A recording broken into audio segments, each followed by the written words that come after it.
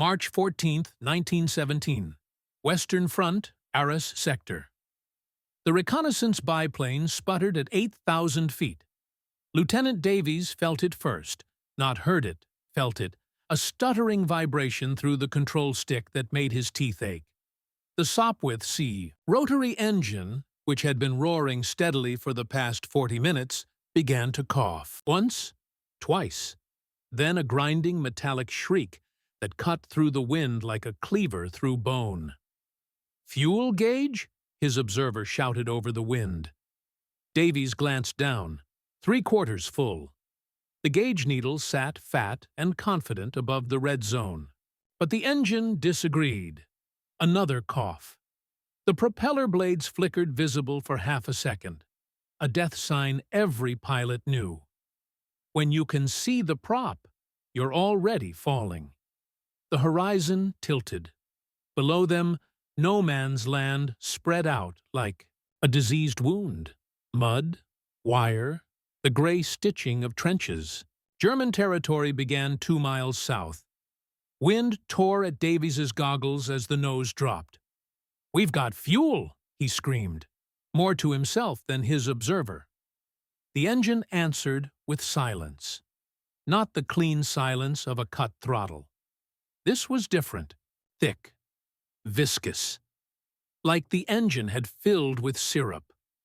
The propeller windmilled uselessly, driven only by their descent. Davies's hands moved through the restart sequence. Mixture rich, magnetos hot, throttle cracked. But the engine refused. It wasn't dead. It was drowning. At 4,000 feet, Davies stopped trying to restart and focused on the glide. His observer had gone quiet, scanning for a flat piece of earth that might not kill them. They found a cratered field half a mile behind British lines. The landing was controlled violence. Wheels catching mud, tail snapping forward. The whole airframe groaning as it plowed to a stop 30 feet from a shattered farmhouse. They climbed out, hands shaking. Alive. Davies walked to the engine cowling and pulled it open. The smell hit him first. Hot metal and oil, but wrong. Too sweet. Almost chemical. He touched the cylinder head. Still warm, but not hot. Not even close to operating temperature.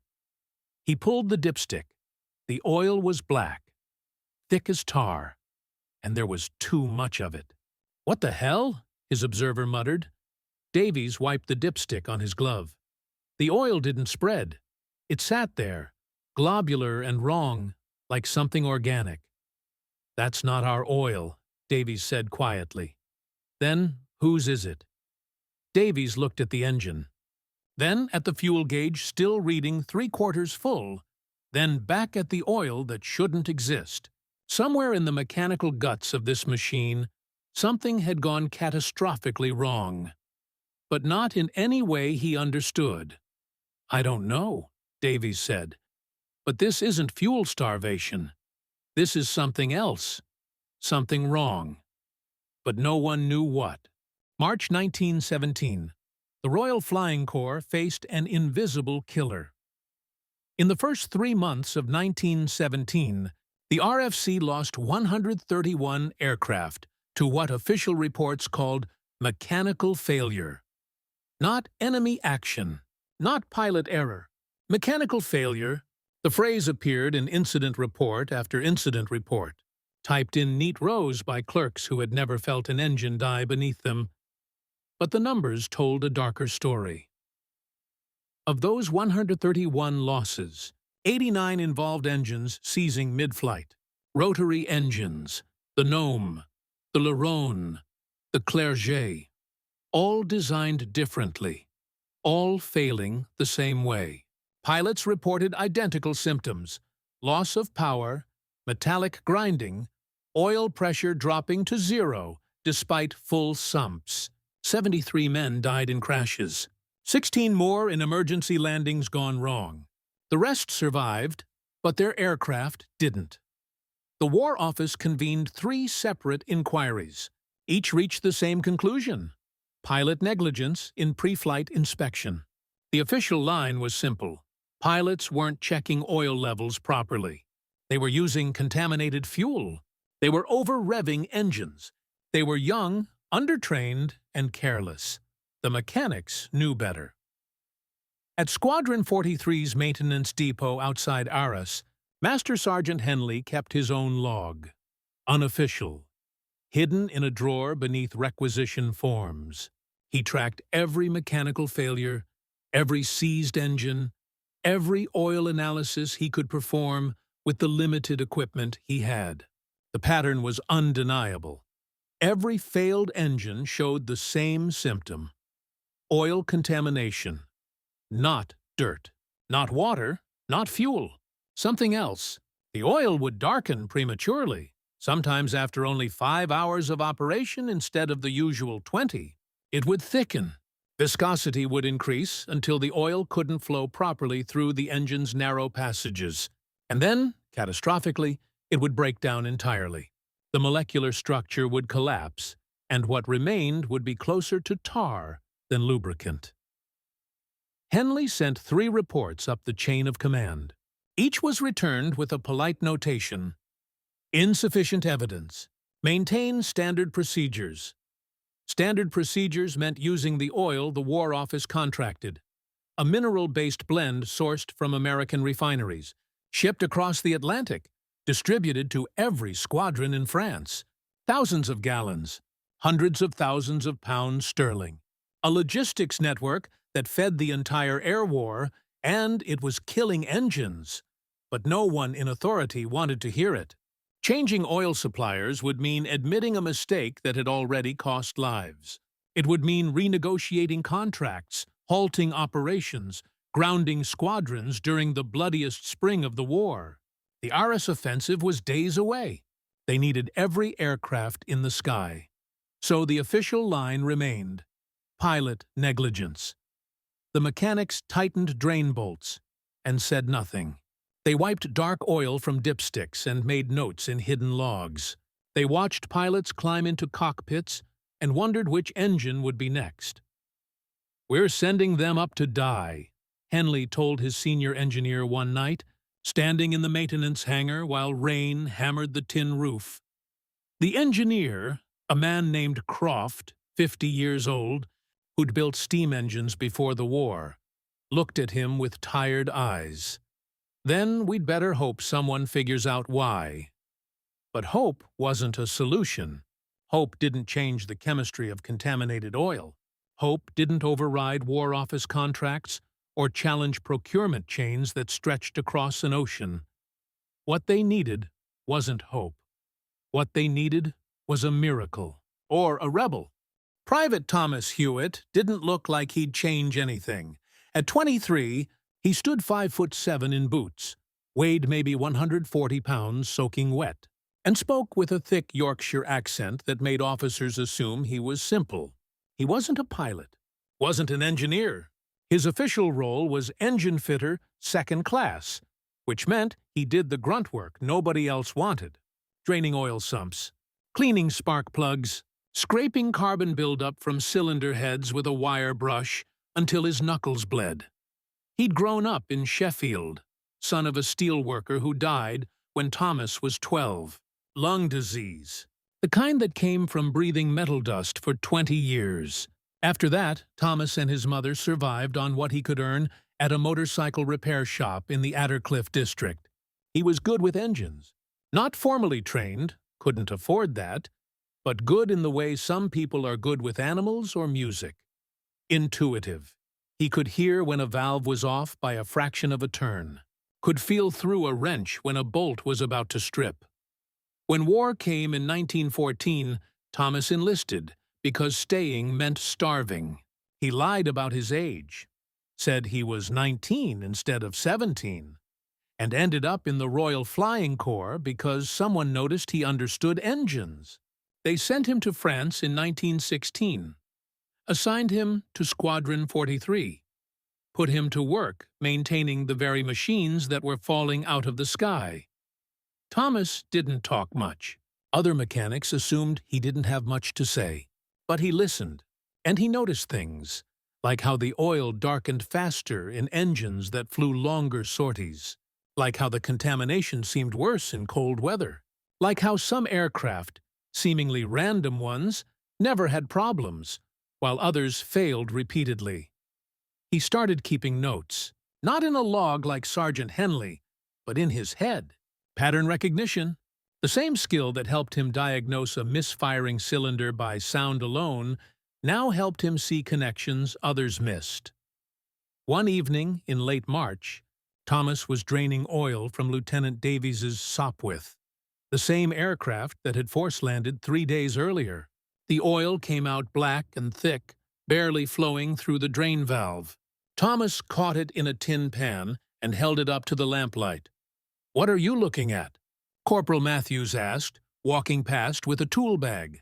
Thomas tilted the pan. The oil moved like honey. Too slow. "This isn't just dirty," he said quietly. "It's broken down." Matthews shrugged. "Old oil does that. This oil's only got 6 hours on it." Matthews stopped. Looked at the pan. 6 hours? Thomas nodded. "Fresh oil Monday morning. Engine seized Wednesday afternoon. 6 hours total flight time. Then it's contaminated. Fuel leak, maybe." Thomas shook his head. "Smells wrong for fuel. And look." He dipped a finger in the oil, then rubbed it against his thumb. It didn't spread smooth like it should. It stayed tacky, sticky. Fuel would thin it out. This is like it's cooking, breaking down from heat. Engines get hot, Tommy. That's what they do. Not this hot. Not hot enough to break down oil in 6 hours. Thomas stared at the pan, his mind working through temperatures, viscosities, chemical reactions he didn't have names for, but understood instinctively. Something's wrong with the oil itself. Matthews started to respond, then stopped. Because Thomas Hewitt, quiet, simple Tommy from Sheffield, had just said what 3 official inquiries had missed. The problem wasn't how the oil was being used. The problem was the oil. Thomas dumped the pan into a waste drum and wiped his hands. He didn't say anything else. Didn't march to Sergeant Henley with a theory. Didn't write a report. He just filed the observation away with all the others, building a picture in his mind that was becoming clearer every day. A week later, he'd figure out exactly what was wrong, and a week after that, he'd break every regulation in the book to fix it. April 3rd, 1917. Aero 200 hours. Thomas couldn't sleep. Not unusual. The barracks were cold, and the cots were thin, and somewhere outside, a generator coughed diesel smoke into the night air. But tonight was different. Tonight his mind wouldn't stop running calculations he didn't fully understand, piecing together fragments of observation into something that felt important. He gave up on sleep at Oro 2:30 and walked to the maintenance hangar. Nobody stopped him. Night Watch knew him. The weird, quiet kid who sometimes worked through the night because he preferred engines to people. The hangar was dark except for a few work lamps left burning near the tool benches. 6 aircraft sat in various states of disassembly, skeletal in the shadows. Thomas went to the oil storage area. 50-gallon drums lined against the back wall, each stenciled with contract numbers and supplier codes. He found the drum they'd tapped 3 days ago, still half full, and used a hand pump to draw off a pint into a clean bottle. Then he walked to the waste oil collection, where contaminated oil from seized engines waited for disposal. He drew off another pint from a drum marked "Condemned Engine Failure, 328, 2 bottles. Fresh oil, failed oil." Thomas carried both to a workbench and set up 2 clean dishes under a lamp. He poured an ounce of each and waited, just looking. The fresh oil was amber-colored, thin, translucent. The failed oil was black, thick, opaque. That much he expected. But then he heated them. He didn't have proper lab equipment, so he improvised. A tin cup filled with water, heated over a small spirit burner used for softening gasket material. He floated each dish on the hot water, not boiling, just hot enough to simulate engine operating temperature. Then he watched. The fresh oil thinned slightly, as it should. Heat reduces viscosity. Basic physics. The failed oil did something else. At first, nothing. It stayed thick, viscous, dark. But as the temperature climbed, Thomas judged it around 180 degrees Fahrenheit based on how fast the water simmered. The failed oil began to separate. A brown sludge settled to the bottom of the dish. The liquid above it turned lighter, almost amber again, but thin, too thin, watery. Thomas stared. Oil shouldn't separate like that. Not from heat alone, unless... His mind raced. Unless the oil wasn't breaking down from heat. Unless it was breaking down from something in the heat. A contaminant. A catalyst. Something that stayed stable at room temperature but activated when the engine ran hot. He thought about the pattern. Engines failing after 5, 6, 7 hours of operation. Always after multiple flights, never on the first sortie after an oil change. The contamination building up gradually, invisibly, until it reached a critical concentration, and then catastrophic failure. Thomas grabbed a magnifying glass from the tool bench and examined the sludge at the bottom of the dish. Dark brown, almost crystalline. He touched it with a small screwdriver. It was solid. Not quite hard, but definitely not liquid. "What are you?" he whispered. He spent the next hour testing. He mixed fresh oil with failed oil in different ratios. He heated them. He let them cool. He added a drop of fuel. No reaction. He added a drop of water. Minor separation, but not the same. He tried everything he could think of with the limited materials he had. And then, at 0347 hours, he figured it out. The sludge wasn't contamination added to the oil. It was the oil itself, transformed, changed. The molecular structure breaking down and reforming into something that couldn't lubricate.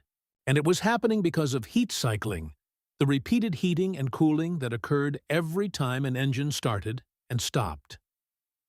The War Office oil was unstable, not contaminated. Not dirty, chemically unstable.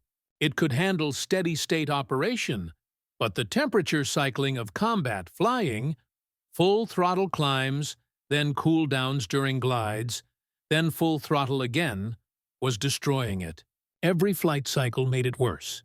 Every hour in the air brought it closer to the critical threshold where it would stop being oil and become tar. Thomas sat back on his stool, breathing hard. He'd found it. The thing 3 official inquiries had missed. The reason 131 aircraft had fallen from the sky. The invisible killer. But he was a 23-year-old private who barely finished primary school. No formal training, no authority, no credentials that would make anyone listen. And even if they did listen, what then? The entire RFC ran on this oil. Millions of gallons of it. Contracts worth fortunes. Supply chains spanning continents. You couldn't just change it, could you? Thomas looked at the 2 dishes still sitting under the lamp, fresh and failed, amber and black. He thought about Lieutenant Davies, hands shaking after his emergency landing, about the 73 pilots who died in crashes that reports called mechanical failure, about the mechanics who went home every night wondering if they'd missed something during pre-flight inspection. Thomas made a decision. If I don't do something, more people die. But proving the oil was bad wasn't enough. He needed to prove what would work instead. He needed an alternative, a solution, something that could survive the heat cycling, that could lubricate under stress, that wouldn't break down and kill engines. He needed to find a different oil, and he had exactly one idea where to start. The motorcycle shop in Sheffield had taught Thomas one thing that the RFC never expected: castor oil. Not the medicinal kind his mother had forced down his throat as a child. Industrial castor oil, the thick, vegetable-based lubricant that motorcycle racers used in 2-stroke engines, because it could withstand brutal heat and pressure that made mineral oils fail. Before the war, Thomas had seen racing bikes run wide open for hours on pure castor oil, engines screaming at 8,000 RPM, pistons hammering in cylinders so hot they glowed cherry red in the dark, and they never seized. The problem was simple. Castor oil wasn't in the War Office supply chain. It wasn't approved. It wasn't tested. It wasn't contracted, documented, or authorized for use in military aircraft. Using it would be a violation of about 15 different regulations. Thomas didn't care. At 21:30 hours, he slipped out of the barracks and walked 2 miles down the road to the motor pool where the squadron's ground vehicles were maintained. He knew the corporal on night duty, a man named Price who owed Thomas a favor after Thomas had fixed his sergeant's staff car when the timing chain snapped. "Tommy," Price said, looking up from a paperback novel. "Bit late for a walk." "Need something," Thomas said. "Don't ask questions," Price studied him. "How much trouble are we talking?" "The kind where nobody gets hurt if it works." Price considered this, then nodded slowly. "What do you need?" "Castor oil, the stuff for the heavy trucks." 2 gallons, Price's eyes widened. "That's engine oil, Tommy, for aircraft?"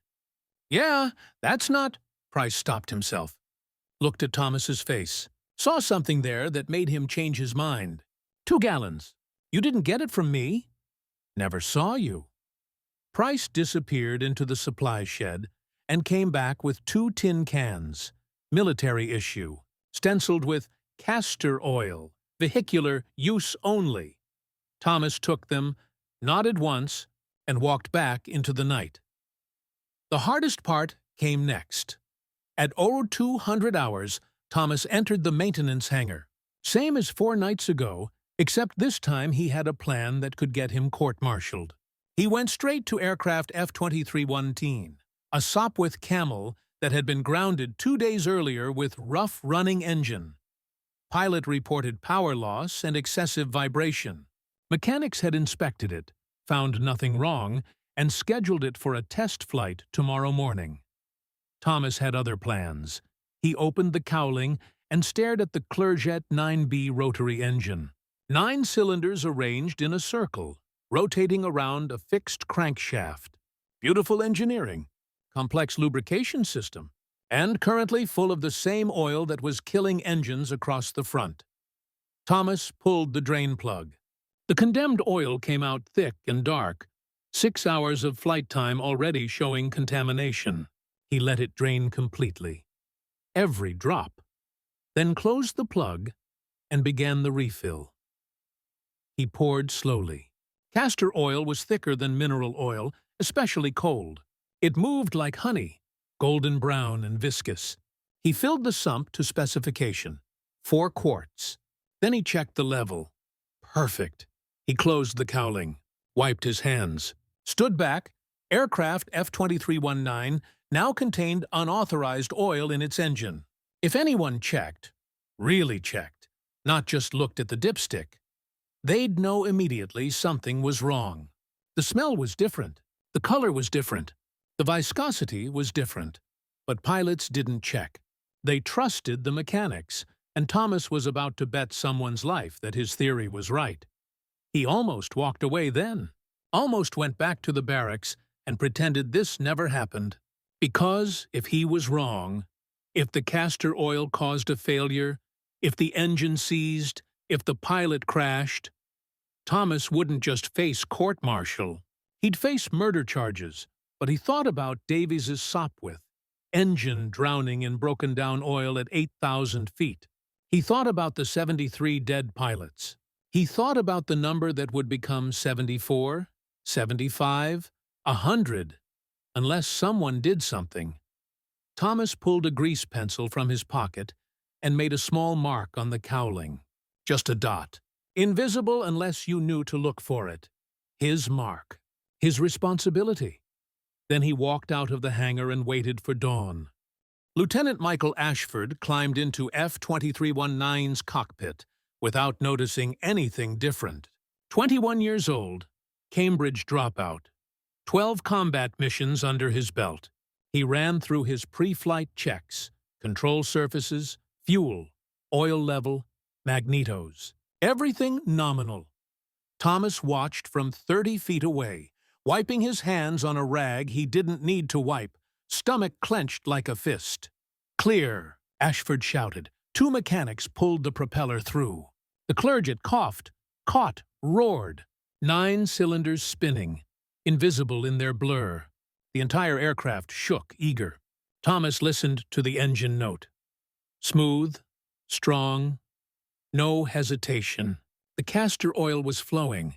So far, Ashford taxied to the field, turned into the wind, and opened the throttle. The Sopwith accelerated, tail lifting, wheels leaving mud. Climbing, 500 feet. 1,000 feet. The engine note steady, confident, growing distant. Thomas couldn't breathe. Sergeant Henley appeared beside him. "You all right, Hewitt? You look like you've seen a ghost." "I'm fine, Sergeant." Henley grunted and walked away. Thomas stood there, watching the Sopwith become a speck against gray clouds, and prayed to a God he wasn't sure he believed in that he hadn't just killed a man. 18 hours, 8,000 feet above Vimy Ridge. Ashford didn't know he was part of an experiment. He knew his mission. Photography run along German lines, document artillery positions, avoid fighters, if possible. Standard sortie, maybe 40 minutes total. He leveled off and throttled back to cruise. The engine settled into its working rhythm, at 100 RPM, steady and smooth. Temperature climbing toward normal, 180 degrees, 190, 200. Into the range where the War Office oil usually started breaking down. But Ashford didn't know that. He adjusted his camera, checked his map, and flew southeast toward the target area. 103 hours. Maintenance hangar. Thomas couldn't work. Couldn't focus. He stood at the hangar entrance, staring at empty sky, waiting. Other mechanics moved around him, performing routine tasks. Nobody noticed. 40 minutes, he told himself. Standard sortie. Ashford would be back by 0730, maybe 0745, with headwinds. Dodus 0730 came and went. No Sopwith. Nothing. Thomas felt ice forming in his chest. Something was wrong. Engine failure. Forced landing. Crash. He'd killed him. He'd killed Ashford with unauthorized oil and arrogance and... "Aircraft inbound!" someone shouted. Thomas's head snapped up. There, south-southeast, maybe 2 miles out. A Sopwith. Descending. The engine sound carried on the wind. Smooth, steady, perfect. F-Toy-Tui-Twan-Twan-3-1 landed at 0751. Tail settling gently, wheels finding firm ground. Ashford taxied back to the line and cut the engine. Silence. Then the tick-tick-tick of cooling metal. Thomas walked over on legs that barely held him. Ashford climbed out, pulling off his helmet, grinning. "Hell of a machine," he said to no one in particular. Ran like a Swiss watch the whole time. Smoothest she's ever felt. Thomas stared at him. "No problems?" "Not even a hiccup." "Whatever you lads did, keep doing it." Ashford walked toward the operations hut, still grinning. Thomas stood frozen. Then he moved. Fast. Focused. He pulled the cowling off F-2319's engine and checked. Oil level. Still good. Color. Golden brown.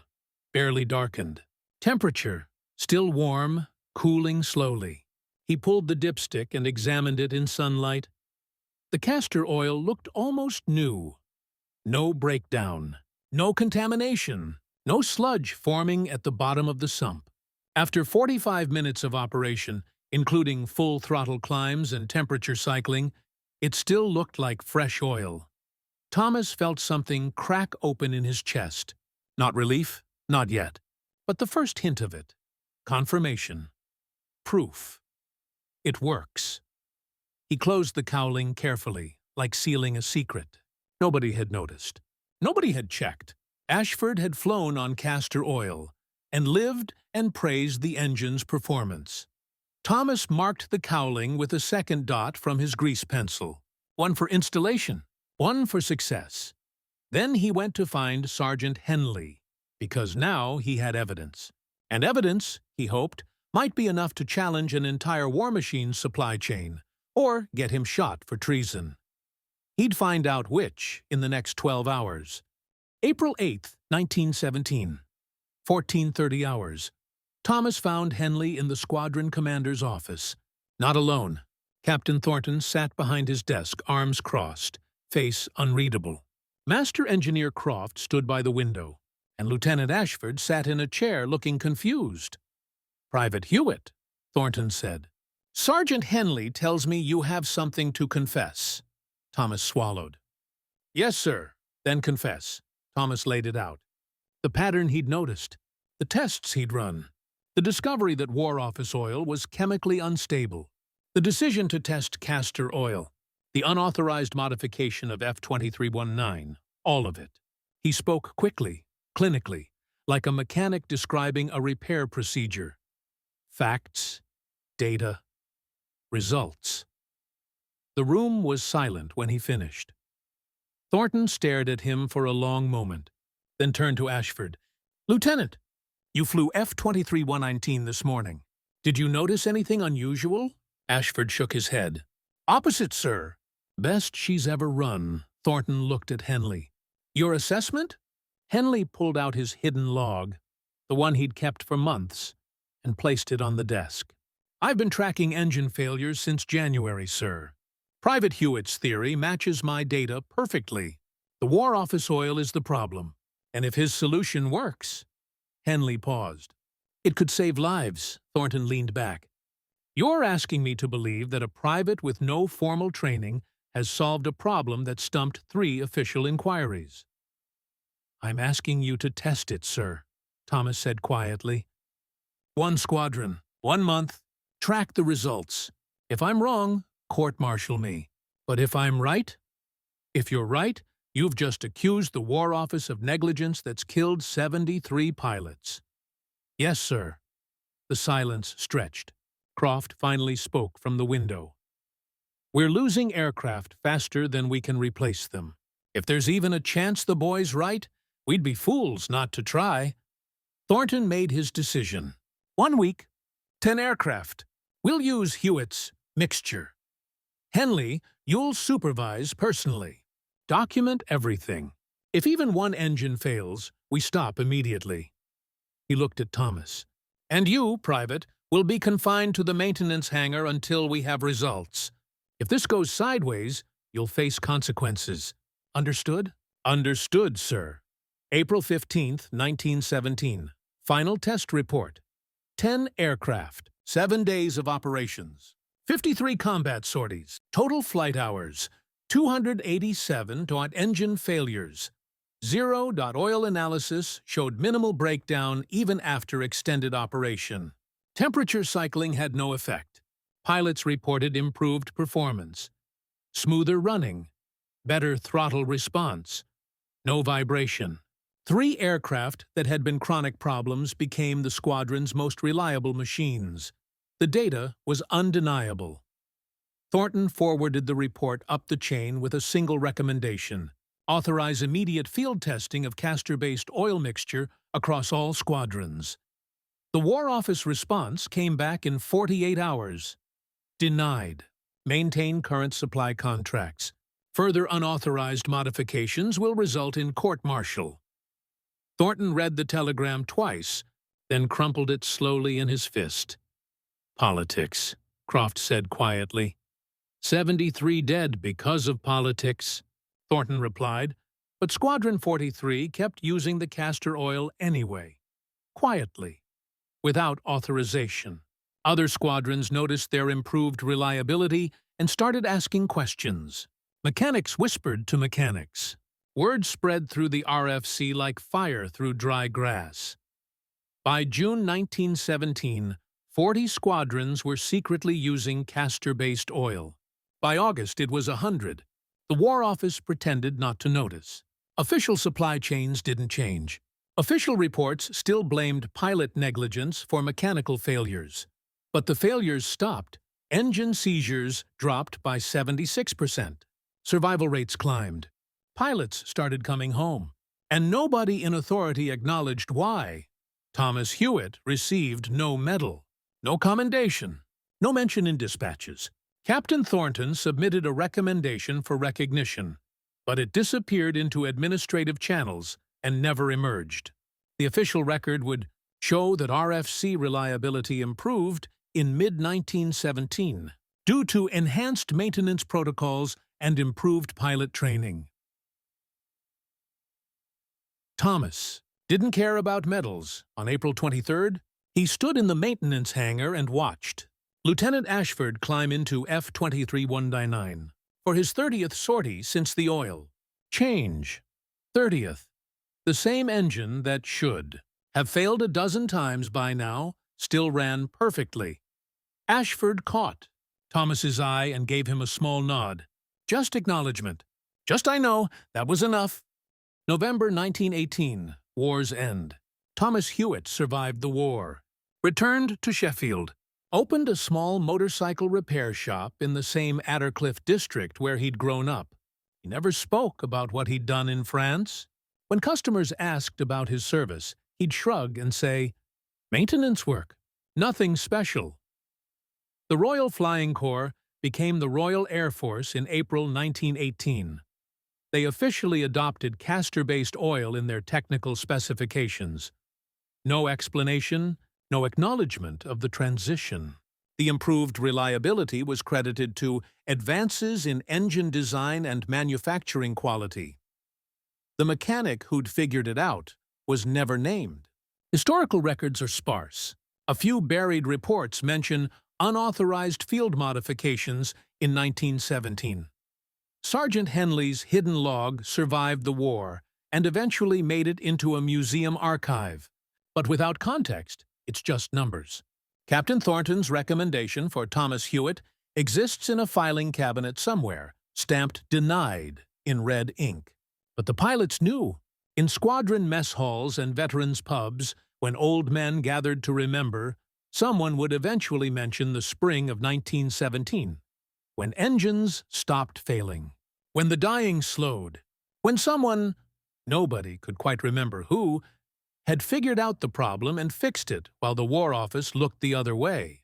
Some mechanic, they'd say. Quiet fellow. Can't remember his name. Thomas died in 1952, age 58, of the same lung disease that had killed his father. His obituary in the Sheffield Star ran 3 sentences. Thomas Hewitt, motorcycle repair shop owner, passed away Tuesday, survived by his wife Margaret and son James.